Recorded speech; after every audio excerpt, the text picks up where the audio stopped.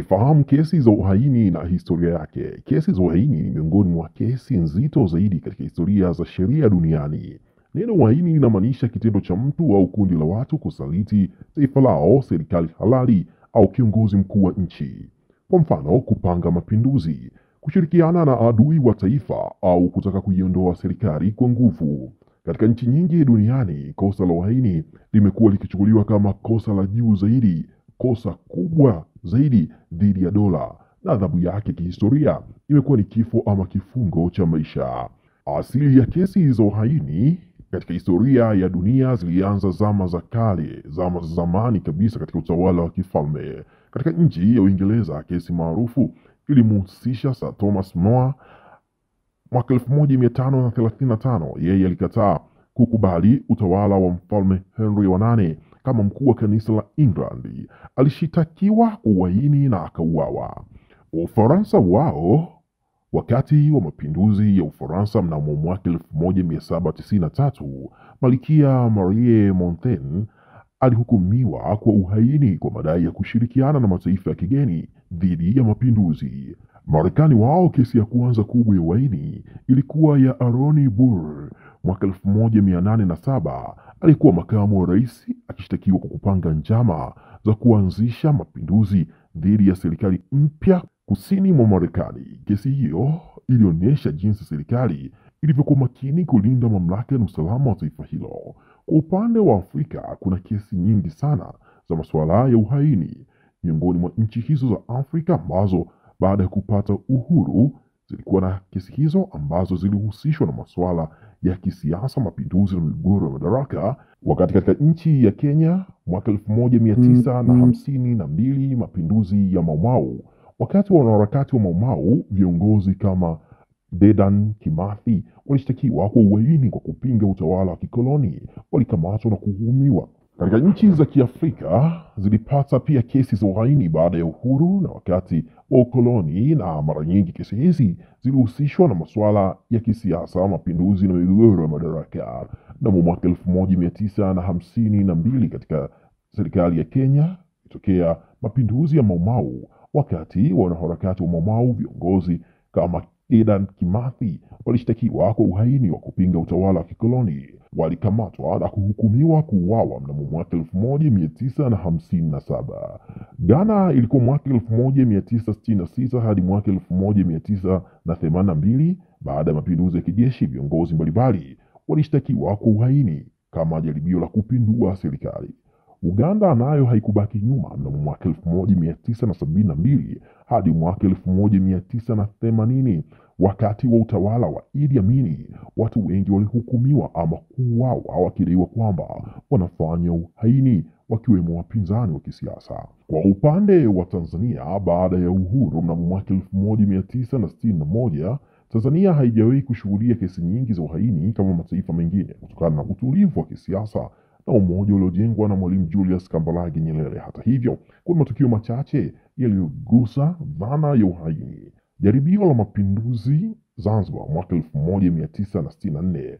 Mapinduzi ya Januari 12 mwaka 1964 yaliondoa utawala wa sultani yalihusishwa na vitendo vya uhaini kwa upande waliokuwa wakiunga mkono utawala wa kifalme. Wengine walikamatwa na kufikishwa mahakamani wakituhumiwa kujaribu kurejesha utawala wa zamani. Turudi Tanzania. Je, kosa la uhaini ni kosa la namna gani? Kwa mujibu wa kanuni za adhabu, Penal Code sura ya 16 kifungu cha 39 hadi 42 yafanyiwa marekebisho mnamo mwaka 2023, mtu atakuwa ametenda kosa la uhaini ikiwa kwa mujibu wa sheria ya kanuni za adhabu hiyo ya Penal Code sura ya 16 sheria za Tanzania. Kosa la uhaini kwanza ni kitendo cha mtu au kundi la watu kutaka kuondoa au kudhoofisha mamlaka halali ya serikali au kushirikiana na maadui wa taifa ili kupindua serikali. Adhabu yake kihistoria ilikuwa ni kifungo, ingawa baadhi ya wahusika walipewa msamaha wa rais au vifungo virefu. Makosa haya yanahusisha mtu anayejaribu au kumdhuru rais wa Jamhuri ya Muungano wa Tanzania, anayeshirikiana na adui wa taifa, anayefanya vitendo vya kujaribu kupindua serikali kwa nguvu, au anahamasisha watu kuchukua silaha dhidi ya serikali halali.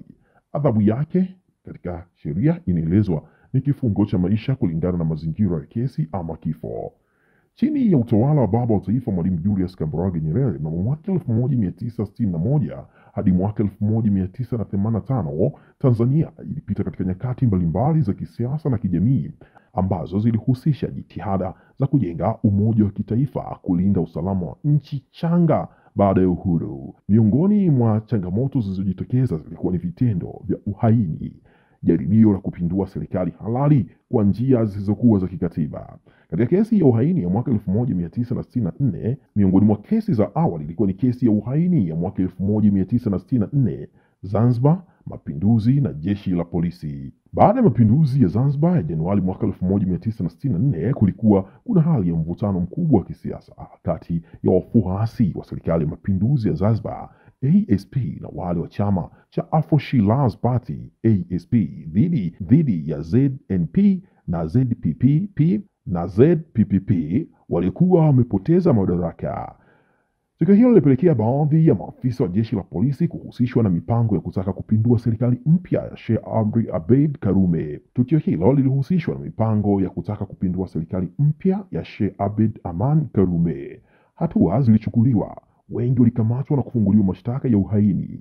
Baadhi walihukumiwa kifo na wengine kifungo cha maisha. Kesi nyingine ya uhaini ilikuwa ni ya mwaka 1969, Uhuru Group, Dar es Salaam. Hii ndiyo kesi maarufu zaidi nchini chini ya utawala wa Julius Kambarage Nyerere. Wahusika walikuwa ni wanasiasa, wanajeshi na raia waliokuwa wakituhumiwa kupanga njama za kumuua Rais Nyerere kupindua serikali ya tano. Baadhi ya majina yalijulikana, akiwemo baadhi ya majina yaliyotajwa alikuwa ni Oscar Kambona, waziri wa zamani wa ulinzi alikimbilia uhamishoni nchini Uingereza; Michael Kamaliza, waziri wa zamani wa kazi; Bibi Titi Mohamed, kiongozi wa tano na mwanamke wa kwanza maarufu wa kisiasa nchini. Na mshtakiwa na wao pamoja na watu wengine waliokamatwa zaidi ya 1000 walituhumiwa kupanga njama za kuunda jeshi la siri lenye lengo la kumpindua rais. Na hukumu iliyotoka, baadhi yao walihukumiwa kifo, akiwemo Michael Kamaliza na Shaban Dasa, huku Bibi Titi Mohamed yeye alifungwa kifungo cha maisha jela, lakini baadaye alionewa huruma na kupewa msamaha wa rais. Katika kesi hiyo hukumu zilitolewa tofauti, kila mmoja kutokana na makosa yake.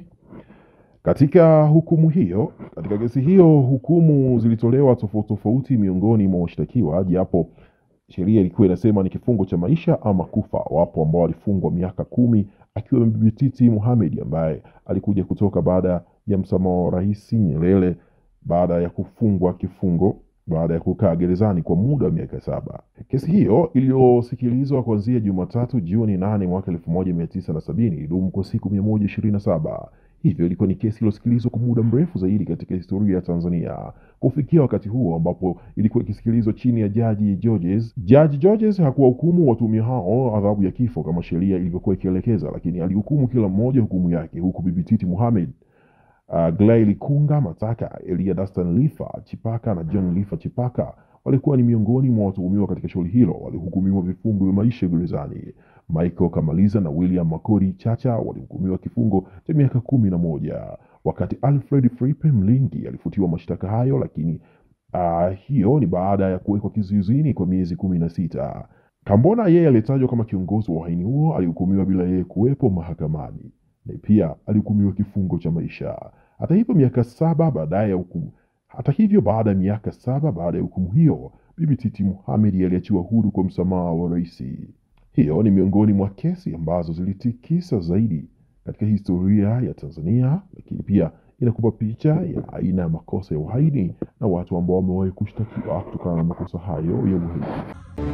Usisahau kusubscribe na kugusa alama ya kengele ili uwe wa kwanza kupata taarifa zetu kila tunapoweka Msomi News.